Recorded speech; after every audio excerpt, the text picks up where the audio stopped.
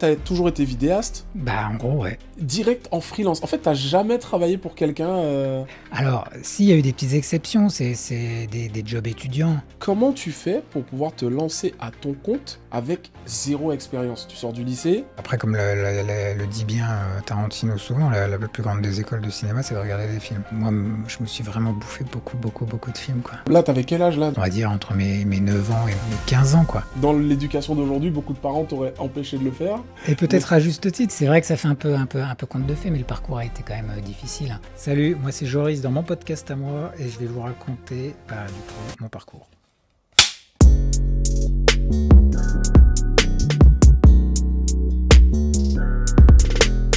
Salut à tous et bienvenue dans mon podcast à moi, le podcast ouvert à tous ceux qui veulent participer à un podcast, parce qu'ici on croit fortement que chaque personne a quelque chose à apporter au monde de par son histoire, de par son expérience, et on vous donne la chance, le privilège, l'opportunité de pouvoir le faire aujourd'hui.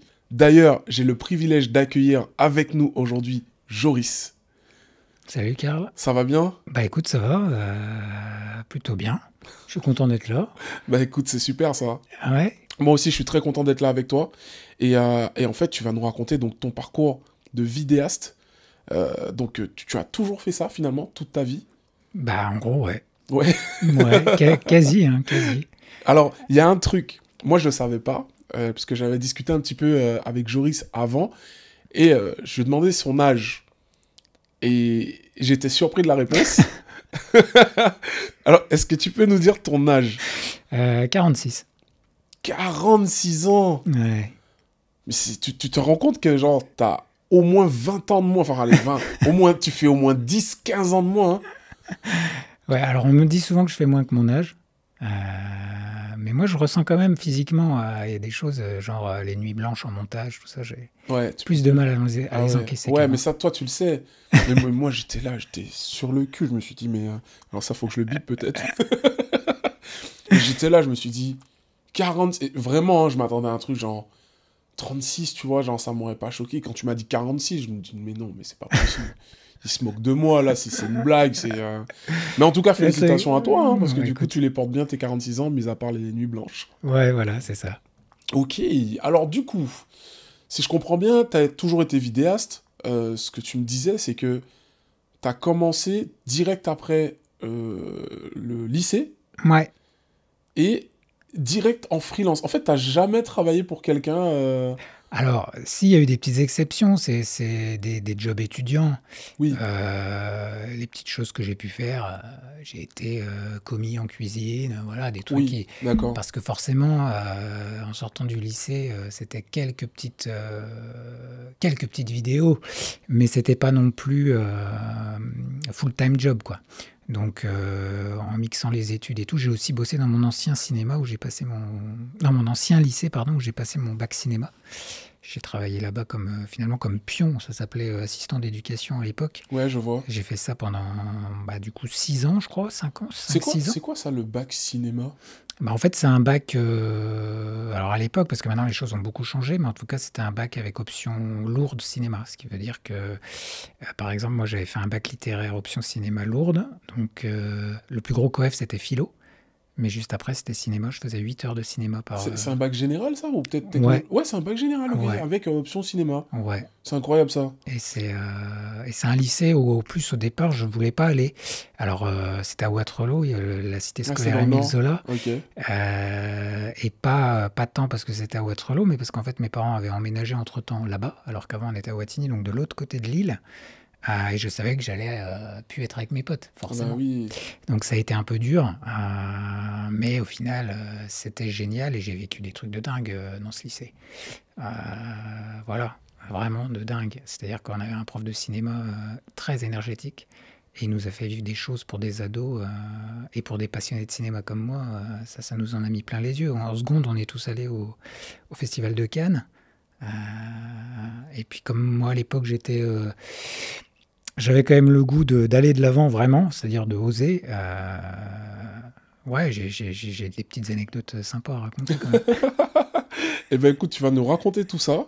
Et donc, la première question que j'ai, c'est comment tu fais pour pouvoir te lancer à ton compte avec zéro expérience. Tu sors du lycée, tu te dis, allez, moi, je suis le boss du game. Je me mets en freelance, ça y est. C'est vrai que ça fait un peu conte de fées, mais le parcours a été quand même difficile, hein. Disons qu'en fait, on est. Après, c'est par des connaissances. C'est vrai que souvent, finalement, le réseau est très important, quel qu'il soit, finalement. En tout cas, en plus d'aller parler aux gens, de discuter et de s'intéresser aux autres, c'est tout l'intérêt. Mais c'est vrai qu'on m'a proposé très vite de faire, après, des choses entre guillemets classiques, c'est-à-dire film de mariage. Je me rappelle que j'avais filouté d'ailleurs à l'époque, parce qu'en fait, au lycée, pardon, on avait du matériel de l'époque, mais on avait le droit de le sortir pour des projets. Mais évidemment, on n'avait pas le droit de sortir du matériel pour faire un truc et puis se mettre 500, 600 euros dans la poche. Ah oui, d'accord, oui, c'était plus dans le cadre pédagogique. C'est ça, donc j'avais été faire un petit reportage sur l'Opéra de Lille. Parce que du coup, j'avais pu aller dedans jusqu'au 3e étage où il y a les costumes, etc. Donc j'avais fait un petit reportage vite fait. Mais j'avais le matériel tout le week-end pour. C'est génial ça. Et ça, ça. C'était des connaissances qui t'avaient proposé de faire ça. Voilà, c'est ça. Okay. Et puis après, j'ai fait une vidéo, 2 vidéos pour Partenaire Habitat, parce que une des personnes qui travaillait là-bas était le papa de quelqu'un, d'un ami. Donc ça a pu me permettre de travailler des choses plus corporate dans les entreprises. Et puis voilà, et puis après, il y a eu les études, donc j'ai quand même fait beaucoup moins, mais toujours un petit peu des choses comme ça, de l'événementiel. Et après, tout a basculé quand finalement j'ai arrêté les études, que j'ai arrêté de travailler dans mon ancien lycée et que je suis parti à Paris pour lancer l'affaire. Et c'est vrai que voilà, moi, c'est ma femme qui a envoyé des candidatures spontanées, et puis tout est parti de là finalement. D'accord. Ah oui, c'est ta femme vraiment qui a pris les devants. Elle s'est dit, il faut qu'il fasse, je vais le faire pour lui. Ouais. Tu sais, c'est incroyable ça, parce que le nombre de personnes que je rencontre qui me disent, c'est ma femme qui m'a aidé, c'est grâce à ma femme si j'ai fait ça, c'est incroyable. Hein. Je me dis, ah ouais, c'est beaucoup plus fréquent qu'on ne l'imagine, et je commence même à me poser la question, est-ce que ce n'est pas une condition de la réussite, tu vois? Je pense que, mine de rien, si, quoi. En tout cas, l'être aimé te pousse, et c'est important.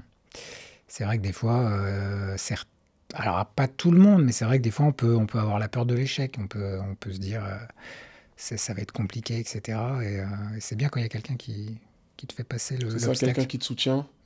Et parce que, alors, généralement, c'est la femme, mais finalement, on va dire que c'est l'entourage très proche. Si on a des personnes qui nous soutiennent, c'est beaucoup plus facile que si on n'a rien du tout. Si on est tout seul, je pense que c'est encore plus compliqué, voire même impossible. En tout cas, moi, de ce que je vois, je me dis tout seul, quand tu sais que tu vas affronter des galères, parce que tout le monde affronte des galères à un moment, c'est bien d'avoir quelqu'un sur qui t'appuyer. C'est vrai, c'est carrément ça. Après, moi, j'ai eu la chance d'être tombé dans une passion très tôt, quoi. Comment t'as découvert cette passion ?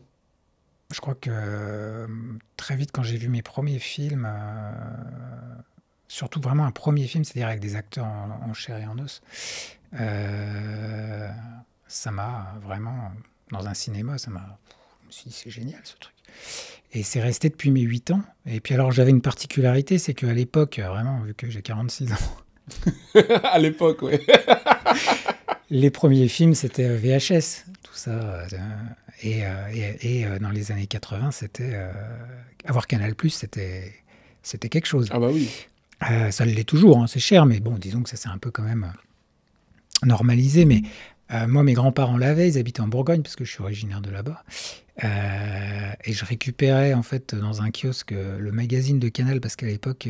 Canal+, ils avaient un magazine, et à la fin, il y avait une grande grille où il y avait la liste de tous les films qui passaient dans le mois et les 5 diffusions qu'il y avait, avec un petit point. Donc, le samedi, ceci. Et moi, j'appelais mon grand-père, du coup, avec le fameux téléphone. Ah ouais. Ah mince. Là, tu vas passer pour un vieux, du coup. Ouais, c'est ça. Je serais obligé de mettre l'image du téléphone pour ceux qui n'ont pas la ref. Ceux qui n'ont jamais vu ce téléphone. C'est clair, et mon grand-père décrochait, et puis il cochait tous les films que je voulais. J'ai eu cette liberté-là, parce qu'il m'enregistrait quand même vingtaine de films par mois, parce que je passais quasiment toutes mes vacances scolaires chez mes grands-parents. J'avais cette chance, on va dire, dès mes 9 ans, 10 ans, de pouvoir regarder des films toute la nuit, quoi. Ah ouais, Donc, ils étaient gentils les grands-parents. voilà. Hein. Et je sais que du coup, il y a eu un film que j'avais fait enregistrer parce que du coup, c'était avec Kevin Costner. Et puis bon, bah du coup, moi, ce que j'avais vu de Kevin Costner à ce moment-là, c'était genre Robin des Bois, Prince des voleurs, et genre de films qu'on regarde quand on est môme, quoi. Mais ce qui est bien, c'est que quand on apprécie, on va dire, un acteur, une actrice, un réalisateur, on peut aller vers d'autres choses sans s'en rendre compte, surtout quand on est curieux de cinéma. Et en fait, moi, je me rappelle, je l'avais démarré vers 1h30 du matin et le film durait 3h15, un film d'Oliver Stone, JFK, sur le procès Garrison. Et autant je suis passionné d'histoire, mais j'avais à cette époque absolument pas toutes les connaissances de l'affaire de l'assassinat de JFK. Je suis resté sans tout comprendre, scotché devant ce film. Et j'ai compris bien plus tard, enfin quelques années après, que finalement c'est le montage du film qui m'avait fasciné. La manière dont le film était monté, comment les images étaient agencées. Je me suis dit, en fait c'était ça, quoi. Même si d'ailleurs j'adore ce film, parce que le montage c'est vraiment quelque chose que j'aime beaucoup. Ok, et donc c'est ça qui t'a captivé et t'as senti en fait l'énergie qu'il y avait, te procurait en fait tout ce travail qui avait été fait Ouais, c'est de clair. réalisation de ce film. Ouais. Et puis voilà, après, comme le dit bien Tarantino souvent, la plus grande des écoles de cinéma, c'est de regarder des films. D'accord. Et c'est vrai que moi, je me suis vraiment bouffé beaucoup, beaucoup, beaucoup de films, quoi. Ah, c'est incroyable. Là, t'avais quel âge là dans ce que tu décris? Bah, du coup, c'était on va dire, entre mes 9 ans et mes 15 ans, quoi. C'est ouf, hein. Euh, Tu vois, j'ai- enfin, pourquoi je te pose la question? Parce que aujourd'hui, il existe un vrai débat sur le fait de laisser les enfants devant les écrans, tu vois. c'est ça. Parce que effectivement, il y a un côté hyper néfaste à ça. Mais toi, pour le coup, ça a été positif parce que ben, t'en as tiré le côté positif de la création et pas juste de la consommation C'est ça. de films. Et ouais, donc finalement, dans l'éducation d'aujourd'hui, beaucoup de parents t'auraient empêché de le faire. Ouais, et Mais peut-être à juste titre, parce que c'est vrai qu'après, on a plus de facilité à aller sur des trucs sur Internet où on ne devrait pas y aller, ah quoi. oui, c'est vrai, Je effectivement. pense que ça n'existait pas avant, et ça a un peu bousculé la donne, je pense, au niveau des écrans, quoi. Ouais, C'est c'est surtout vrai. ça, je pense. Parce que de manière télévisée, finalement, dès que la télé est apparue dans les salons, la plupart des gamins étaient quand même devant. Oui, Mais il y avait moins de choses, on va dire, sur lesquelles on pouvait c'est tomber et qui vrai. allaient être Ça, choquantes. ça me rappelle un petit truc, c'est que moi, quand j'étais tout petit, je pense que j'étais encore à l'école primaire, des fois, je me réveillais tôt le matin. Ouais, Et je crois que le premier film que j'ai vu où il y avait des gens un peu, où il y avait un peu de nudité, c'était parce que je m'étais réveillé tôt et ben j'avais allumé la télé et je pense que ça devait être 4h30 du matin. J'avais découvert ça et j'étais en mode, oh, trop bien! Et c'est ça. après, ça m'arrivait souvent de me réveiller tôt le matin en espérant tomber sur un film où il y avait un petit truc, tu vois, Ouais, un petit truc olé olé, un quoi. tout petit truc, mais tu sais, on parle de pas grand-chose, hein. Ouais, Une petite scène de douche, quelqu'un qui ouais, prend sa ouais. douche.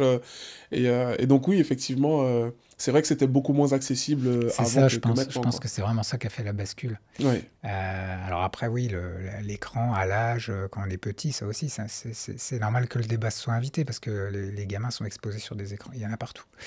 Donc, et nous-mêmes, on est nous-mêmes en tant que parents sur un écran puisque c'est vrai. le téléphone ne nous lâche On n'a quasiment plus le pas. choix. Donc il faut, je pense quand même être assez vigilant par rapport à ça. Mais moi, en tant que parent, bon, là, ils sont trop jeunes encore, mais petit à petit, ça sera un plaisir de leur faire découvrir des films. Oui. À quel moment tu t'es dit, je vais en faire mon métier, c'est sûr? Je pense que dès que j'étais au collège, je me suis dit, faut vraiment, je veux travailler dans l'image, peu importe. Donc voilà. Donc il y a eu la période du lycée qui a été très porteuse. Quand on est adolescent, on bouffe la vie parce qu'on a l'impression qu'on est invincible. Et du coup, on fait des courts-métrages, on s'amuse avec tout ce qu'on a. Et puis comme du coup, je t'en ai parlé, ça c'est un bac cinéma que j'ai passé, donc j'avais 8 heures de cinéma par semaine, Par semaine? Ok. dans lesquelles on faisait des exercices, on analysait des séquences, on allait au cinéma. Et puis aussi, du coup, en tout cas, notre prof et notre section à nous a permis d'aller dans des festivals. Et en seconde, par exemple, quand tu pars au Festival de Cannes, euh, ça t'en met quand même plein les yeux. Ah C'était en bah oui, 97 c'est sûr. et je me rappelle d'un truc. si je dois raconter une anecdote de ce festival, c'est que notre prof parlait beaucoup. Il savait jamais s'arrêter. Et donc, on était au pied du palais et je savais qu'il y avait une conférence sur le cinéma d'un réalisateur que j'aime beaucoup qui s'appelle Milos Forman, qui a eu 2 fois l'Oscar du meilleur réalisateur pour Amadeus et Vol au-dessus d'un nid de coucou, mais qui a aussi fait Men on the Moon, Larry Flint, enfin voilà, des films que j'aime beaucoup. Et après, il ferme les portes, quoi. Donc je disais, on va rater le truc, on va rater le truc.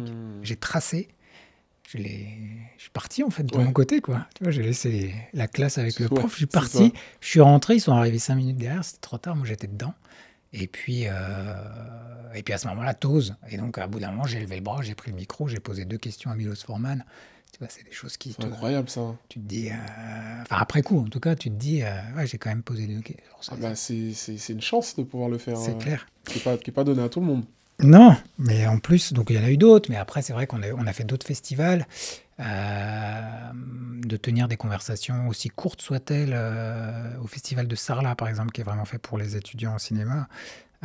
Pouvoir discuter 5 minutes avec Dupontel, avec Chabat, avec Bakri, c'est des moments de rêve pour des ados. Alors moi je les connais pas, c'est qui ces gens? Non c'est vrai, je les connais pas, je suis désolé.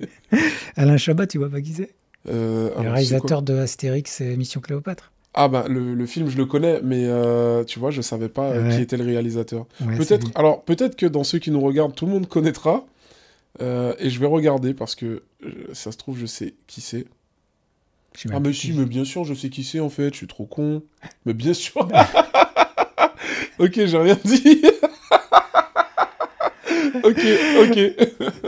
Et ouais, bah quand t'es encore gamin, enfin t'es ado, ouais, c'est fabuleux de vivre ces choses-là, donc ça te conforte aussi. Et puis j'ai beaucoup appris, j'ai beaucoup commencé à apprendre le montage au lycée. J'ai compris que ça me passionnait beaucoup. Parce qu'en fait, finalement, dans le montage, tu crées énormément. Si l'importance de l'image, des choix des plans, des mouvements, etc., c'est une première chose, finalement, le montage et le rythme que tu vas donner à l'histoire est hyper important. Et ça m'a vraiment passionné le montage. Mais la prise d'image aussi, parce que je suis aussi passionné de photos, j'adore faire des photos. Donc, très très vite, je me suis dit que je voulais bosser dans l'image, quoi. Après, j'ai pas fait les bons choix d'études, on va dire. Donc j'ai plus perdu du temps qu'autre chose. Donc après, il fallait que je me lance parce que j'ai pas eu le meilleur des parcours scolaires. Moi, je traînais la patte. J'étais pas un grand bosseur. Donc, bon. D'ailleurs, par rapport à tout ce que tu as vu, donc que tu as appris, ton expérience sur la réalisation, alors juste avant ça, déjà, est-ce que lorsqu'on se lance dans ce domaine-là, on se spécialise dans une chose, tu vois, par exemple, je dis des choses au hasard, tu me corriges, mais est-ce qu'on devient spécialiste dans la réalisation pour être réalisateur, ou dans la production, ou j'en sais rien, tu vois, dans les scripts, etc. Ou est-ce que vraiment on apprend à développer une vision 360 de tous les métiers? Alors, je pense que ça dépend les gens, mais par contre, ce qui est sûr, c'est que si tu prends une filière, on va dire vraiment études là-dessus, et que par exemple tu fais un BTS après le lycée, parce que tu veux te spécialiser justement dans quelque chose, ça c'est possible. Tu peux prendre une filière montage, une filière scénaristique, tu peux vraiment faire des choix, et tu peux aussi avoir un panel plus large. Mais en tout cas, tu peux vraiment te spécialiser dans quelque chose. Ce qui est très important parce qu'en fait, au final, dans le cinéma, il y a énormément... Enfin, dans le cinéma et donc aussi les clips vidéo, de musique, peu importe, mais en tout cas, ces choses... Et les séries, évidemment, mais en tout cas, il y a des métiers qui sont très importants et qui correspondent aussi, pour l'efficacité, à des profils bien spécifiques. D'accord. Et toi, tu fais quoi? Bah, moi, globalement, je suis réalisateur-monteur et aussi intervenant. Donc, en fait, c'est-à-dire que je propose mes services. Je fais énormément de captation de spectacles. Je fais énormément de vidéos pour des structures qui ont besoin en fait, d'habiller leur site et de montrer ce qu'ils font, que ce soit un métier, que ce soit une entreprise qui a besoin d'avoir des images, parce que la vidéo, aujourd'hui, elle est partout. Et donc, c'est quand même finalement devenu indispensable, en fait. Oui. Finalement, j'ai eu la chance d'être tombé dans cette passion-là, parce que je pense que c'est pas un domaine qui va péricliter. Mais du coup, en fait, en gros, moi, je suis un peu tout terrain pour le coup. Après, il y en a qui sont spécialisés vraiment, c'est-à-dire, il y en a, quand on prend le terme vidéaste, il y en a, ils vont vraiment spécialiser dans l'événementiel, faire beaucoup de films de mariage, Oui, ah oui, c'est vrai. Voilà, Tu peux choisir en fait ton secteur de c'est ça. réalisation. Ok. Moi, les mariages, j'en ai fait pendant un temps, mais c'est beaucoup de pression. C'est pour Ah ça que oui. quand les gens ils sont surpris du prix que ça peut coûter un film de mariage, en fait, il faut savoir que Ça c'est quand coûte même combien beaucoup de un film travail. de mariage? Ah, ça dépend, mais disons que grosso modo, ça peut tourner.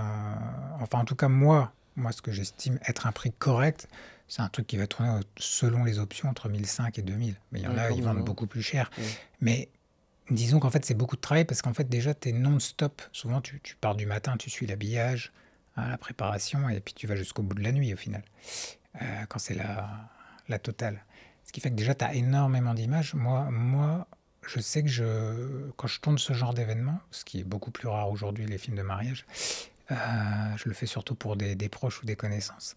Mais c'est beaucoup de pression et beaucoup d'images. C'est-à-dire que moi, je préfère ne pas arrêter la caméra pour ne rien rater. Donc finalement, j'ai beaucoup de dérochages derrière à faire. Et puis après, il y a le montage. Donc c'est dérochage, Ouais, montage, ouais, je vois travail de exactement. la... Ça prend beaucoup, beaucoup de temps. C'est vraiment particulier. Excuse-moi, hein, je pense que je t'ai coupé, mais c'est quoi pour toi c'est quoi le genre de film que tu préfères réaliser? C'est-à-dire que quand tu sais que tu vas faire ça, tu te dis, waouh, là, je vais vraiment être dans mon élément, le truc que je kiffe au maximum. J'aime beaucoup suivre, faire en fait des sortes de making-of. C'est-à-dire des choses qui ressemblent à du documentaire finalement. C'est-à-dire que ça m'arrive de devoir suivre quelque chose. C'est-à-dire, j'ai pas d'exemple en tête, c'est pas des trucs connus ou quoi, mais par exemple, il y a un chanteur, je sais plus comment il s'appelle, il est super connu. Et il venait dans un atelier à Paris, il avait choisi une chorale d'enfants.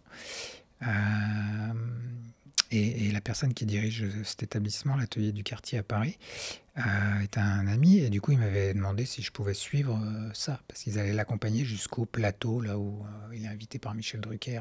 Truc de dimanche, je sais plus. Vivement dimanche. Je sais pas, je regarde plus la Ouais. télé depuis très longtemps, Mais en mais... tout cas, voilà, c'était une émission de télé. Et il voulait que ses enfants fassent une choré et puis qu'ils fassent les chœurs. Du coup, j'ai suivi toute cette... j'adore faire ça. Être... être distant, mais savoir filmer de manière proche les gens et faire ressortir toute la sincérité du moment vécu. D'accord. J'adore faire ça.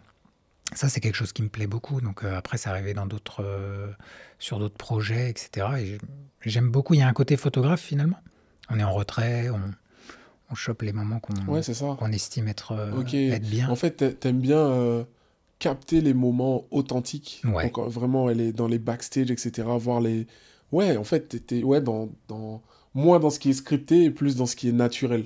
voilà. Alors c'est vrai qu'il y a ce côté en plus où finalement, c'est faire ressortir ce côté authentique pour montrer la beauté finalement, je crois, de l'humanité. Tu vois. Hmm. Parce que je trouve que l'humanité est belle, même s'il y a beaucoup de problèmes en ce moment. L'humain, c'est chouette. Et c'est vrai qu'après, voilà. Alors après, en matière de mise en scène, oui, ça c'est autre chose. J'ai fait aussi des cours, j'ai fait un moyen métrage. Ça m'a permis de me confronter à ça de manière un peu plus élevée, en tout cas. C'est quoi la différence entre un court-métrage, moyen-métrage, long-métrage? C'est la durée, c'est vraiment un temps. C'est-à-dire qu'un court métrage, généralement, ça va jusqu'à, je crois, je vais sûrement dire des bêtises, mais ça va tourner on va dire, jusqu'à 20 minutes. Après, au-delà, tu commences à rentrer dans le moyen jusqu'à, on va dire, 59 minutes. Tu es dans le Ok, moyen et après, au-delà de 60, tu passes dans un long. d'accord, ok. Et ouais, je m'étais lancé dans un... J'avais envie de le faire. J'ai eu du mal à aller au bout, hein, parce que je suis quelqu'un qui a peut-être des fois du mal à croire en lui, donc c'est toujours pareil, mais bon, j'ai fini par le faire et ça m'a été très utile parce que j'ai beaucoup appris et du coup beaucoup appris aussi des métiers qui étaient incroyables, genre l'assistante réalisateur, c'est un truc dont personne ne parle alors que c'est primordial, hein. Ouais. Sans cette personne, T'as fait ça avec qui? En gros, t'avais une équipe, t'étais tout seul? À la base, j'ai demandé à Hugo Le Guen, un ami, de rédiger les dialogues et de développer des histoires à partir de fragments que j'avais. Parce qu'il est très doué pour ça, il écrit des pièces de théâtre. Et puis après, j'ai choisi et sélectionné minutieusement chaque membre de l'équipe, c'est-à-dire un, l'équipe technique et deux, le casting. J'ai pris beaucoup, beaucoup de temps à choisir les gens, rôle par rôle, parce que je voulais surtout que l'aventure soit humaine et qu'elle colle. parce que c'était une semaine de tournage à Lille alors que tout le monde était à Paris. Donc, moi, j'ai dû organiser tout le tournage, c'est-à-dire loger les gens, les nourrir, les défrayer, et puis filmer. Donc, voilà. Et ce que Léa m'a dit, c'était mon assistante, elle m'a dit, en fait, ton problème sur ce tournage, c'est que tu as été à la fois producteur et réalisateur. Et en fait, le producteur doit répondre à tous les problèmes et les demandes. Et le réalisateur, lui, se concentre sur le film. Donc, c'était vraiment, j'ai beaucoup appris. C'était une, voilà. Mais après, je suis resté en contact et j'ai d'autres projets pour l'avenir en termes vraiment de côté mise en scène. J'abandonne pas. Mais, ouais, c'est chouette d'être resté en contact avec des comédiens que tu as vus et puis de voir leurs propres projets aussi, parce que du coup, tu suis leur parcours. Voilà, notamment, il y a Guillaume Potier qui jouait dedans, et cette année, il a joué dans 3 films quand même, dont son premier rôle, je crois, qui s'appelle 37, mais sinon, il a eu un rôle dans L'amour ouf de Gilles Lelouch. Oui. Ouais, c'est chouette de voir les gens, et du coup, ouais, c'est toujours des aventures humaines. J'aime bien les aventures humaines, je crois. Ouais, Ouais. ok. Incroyable. Est-ce que tu as une signature particulière dans ce que tu produis? Genre un style. Ouais, un style. Je pense que oui. Ouais, je pense que je suis pas le mieux placé pour le dire parce que j'ai peur que ce soit. Voilà, quoi. Pour moi, les gens ont un style. Je pense à Nolan, des gens. Mais oui, j'en ai un, je pense, quand même. En termes de captation d'images, comme je te le disais, un peu à aller chercher des choses. Souvent, les gens me disent tu sais filmer les gens Ok. et les rendre naturels, quoi. Il faut que je t'emmène sur un tournage avec moi pour que je vois ça. Avec plaisir. Mais c'est vrai que ouais, c'est vrai que j'arrive à faire ça. Je sais pas pourquoi, mais j'y arrive apparemment. En tout cas, on me le dit souvent, donc je commence à le croire. C'est vrai que je suis pas trop à me lancer des fleurs ou Ouais, je vois ça, t'es réservé un peu pour... un peu, ouais. Peut-être qu'en fait, là, les gens, ils regardent la vidéo, et en fait, t'es en train de minimiser un truc qui est comme ça, tu vois. Et t'en parles, oui, bon, j'aime bien capter les gens et tout. Puis après, quand on met les images, ils font... Ah, c'est de ça qu'il parlait? Ah ouais, d'accord. Ah, c'est ça qui a bien capté les gens. Ah, là, on est dans du cinéma, quoi. Parce que pareil, est-ce qu'il y a une différence entre... à quel moment on peut dire qu'on fait un film, enfin, ou qu'on fait une vidéo, même si ça paraît évident, mais est-ce que un film, c'est une vidéo? Est-ce qu'une vidéo peut être un film? Ou est-ce qu'on s'en fout? En fait, je pense qu'on peut tous être réalisateurs. Au final, aujourd'hui, c'est encore plus simple. Moi, c'est ce que je dis aux élèves, entre guillemets, que j'ai, c'est-à-dire c'est des inscrits dans un atelier. C'est que, au final, aujourd'hui, vous êtes une génération où vous pouvez filmer avec un téléphone et faire des images de dingue, avoir un son plus que correct, et vous avez accès à des logiciels de montage gratuits. Moi, à l'époque, tout ça, ça n'existait pas. Moi, il y avait encore la cassette. C'était analogique, hein, les premières fois où je montais, donc c'était quelque chose, et puis il fallait trouver le matériel. Et même après, quand les caméscopes ont un peu été accessibles par-ci par-là, bon, c'est pareil, le montage, ça se faisait pas en numérique, c'était assez compliqué. Aujourd'hui, ils peuvent vraiment, vraiment tenter des trucs et s'amuser avec, quoi. Donc en tout cas, voilà. Après, ce qui est vraiment un film en termes cinématographiques, au final, c'est quand on est dans la fiction et qu'on filme des acteurs et des actrices, des personnages qui en tout cas ne regardent pas la caméra. Voilà. Mais la création d'images, au final, elle peut être sous n'importe quelle forme, y compris finalement dans le documentaire. Là, il va y avoir soit des témoignages face caméra, plus des images qu'on filme autour, ou alors, enfin c'est souvent ça d'ailleurs quand même, mais au final ça reste de la création et de la réalisation, ouais. Ok.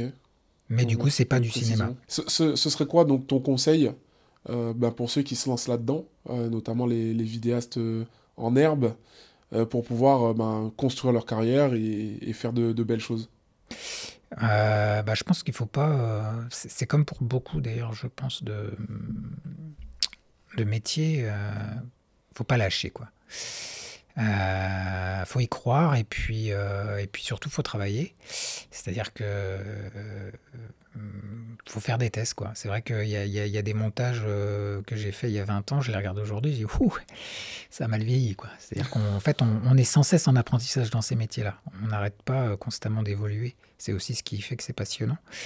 Après, c'est sûr que c'est pas facile de trouver forcément ses premiers boulots, mais il faut persévérer, il faut pas arrêter d'envoyer des trucs, faut aller au contact, faut même faire des trucs spontanés. La candidature spontanée, ça marche dans beaucoup de domaines d'ailleurs, je crois. Oui, Il paraît que finalement, les gens trouvent du travail surtout avec des candidatures spontanées. d'accord. C'est-à-dire, on inonde, Et à un puis au bout d'un moment, il y moment... a quelqu'un qui, ah ouais, tiens, ce serait pas mal une vidéo pour ci, une vidéo pour ça.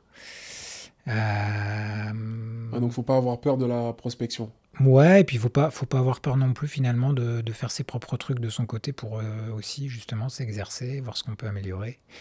Parce qu'évidemment, la lumière, le son sont aussi importants finalement que l'image et c'est pas à négliger. Mais, euh, mais en tout cas, voilà. Après, sur un truc, on va dire scolaire, c'est vraiment si vous pouvez faire un bac cinéma, tant mieux, faites-le. Parce que c'est chouette. C'est déjà un bagage. Mais après, si vraiment vous voulez travailler dans la technique, faut faire un BTS audiovisuel. Moi, c'est ce que j'ai pas fait. C'est un de mes plus gros regrets, c'est que j'aurais dû faire un BTS audiovisuel. Pourquoi? Bah, disons que ça m'aurait permis, en tout cas, soit derrière de pouvoir faire le concours de Louis Lumière ou la Fémis, soit d'être déjà. C'est un diplôme qui te permet de bosser très vite pour des télés, par exemple, quoi. Tu peux bosser Hmm, pour, je sais pas, France 2. Enfin, après, tu deviens vraiment. Tu peux être technicien sur le réseau télévisuel facilement, quoi. d'accord. Voire même cinéma, finalement. Ok. Et toi, ça t'a jamais tenté d'être devant la caméra? Alors, moi, je suis très mauvais acteur. Ouais, je l'ai fait à travers les ateliers cinéma parce que des fois, il y avait des rôles d'adultes qu'il fallait compléter. Et c'est vrai que, voilà, alors c'est pas immonde, mais on voit que je suis pas à l'aise. C'est vrai que je préfère être derrière. Ok.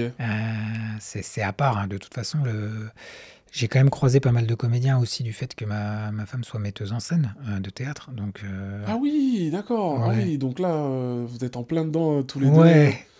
D'accord. Et c'est vrai que les comédiens, ils ont quand même une faculté incroyable de jeu, quoi. Ah, c'est pas facile, hein. Tu sais, j'ai fait l'expérience pour la première fois de faire un... On m'a fait 3 minutes d'un truc qu'on a improvisé comme ça.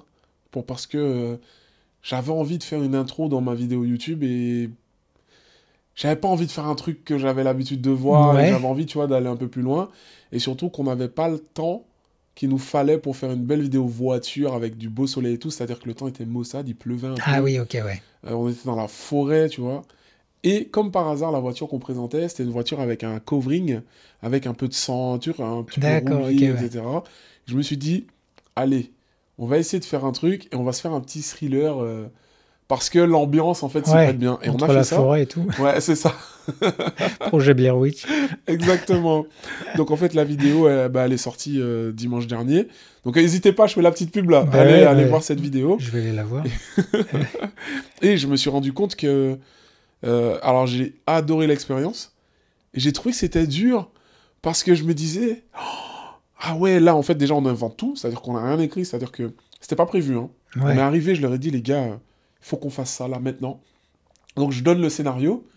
Et tout le monde improvise. C'est-à-dire que vous savez ce que vous devez faire, et peu importe ce que vous dites, nous, on récupère ce qui va être dit.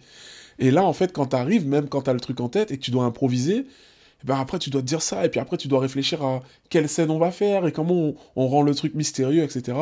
Et je me suis dit, oh, ah ouais, en fait, être acteur, c'est dur quand même, parce que pour faire ressortir les émotions, Ouais. il faut réussir à les vivre en faux. Mhm. Tu sais, genre, à provoquer le vrai sentiment que tu aurais eu si tu étais dans cette situation.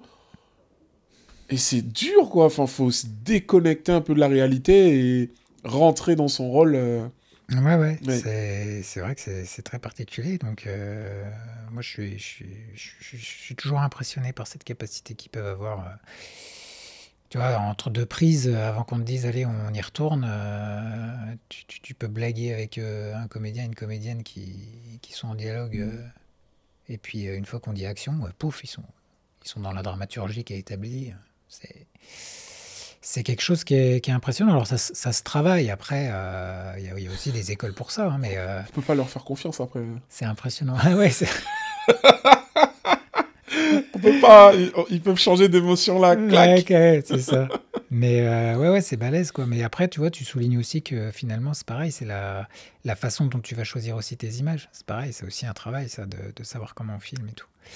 Moi, j'ai vraiment, par contre, si je dois, mm, un truc dont je suis capable maintenant, c'est ce côté vraiment tout terrain. C'est-à-dire que dans l'urgence, je suis capable vraiment d'être hyper efficace. Et ça, pour le coup, c'est un vrai, véritable atout. C'est-à-dire que, par exemple, quand je fais des films du coup, avec des ados sur un atelier, du coup, on est quand même en tournage sur des journées qui peuvent être quand même très longues. Mais des fois, par rapport au lieu où on arrive, il faut tout de suite que je repère et que je réfléchisse à comment j'agence les images. Et du coup, j'ai cette faculté à, comme je fais beaucoup de montage et que c'est quand même quelque chose que j'ai, je sais les plans qu'il faut, qui vont bien correspondre l'un après l'autre, etc. Donc ça, c'est hyper efficace parce que ça me fait gagner beaucoup de temps. Donc, ouais, ça, c'est chouette. Incroyable. Et ben, en tout cas, je te remercie Ah non, merci à d'avoir toi. partagé ton histoire avec nous. J'espère que ça inspirera tous ceux qui rêvent de travailler dans les métiers de l'audiovisuel. C'est quelque chose que moi j'ai découvert il n'y a pas très longtemps et que je kiffe. Je prends vraiment mon pied à faire des vidéos, à les réaliser, à innover. Et donc voilà, si ça peut inspirer pas mal de monde, eh ben, je pense que ça nous fera plaisir. N'hésitez pas à mettre dans les commentaires ce que vous avez pensé de cette interview, ce que vous avez appris. Si vous avez envie aussi, vous, de passer dans mon podcast à moi pour raconter votre histoire, n'hésitez pas. Toutes les informations seront en description. Et puis, je vous dis à très très vite pour une prochaine vidéo. Salut! Merci, Karl.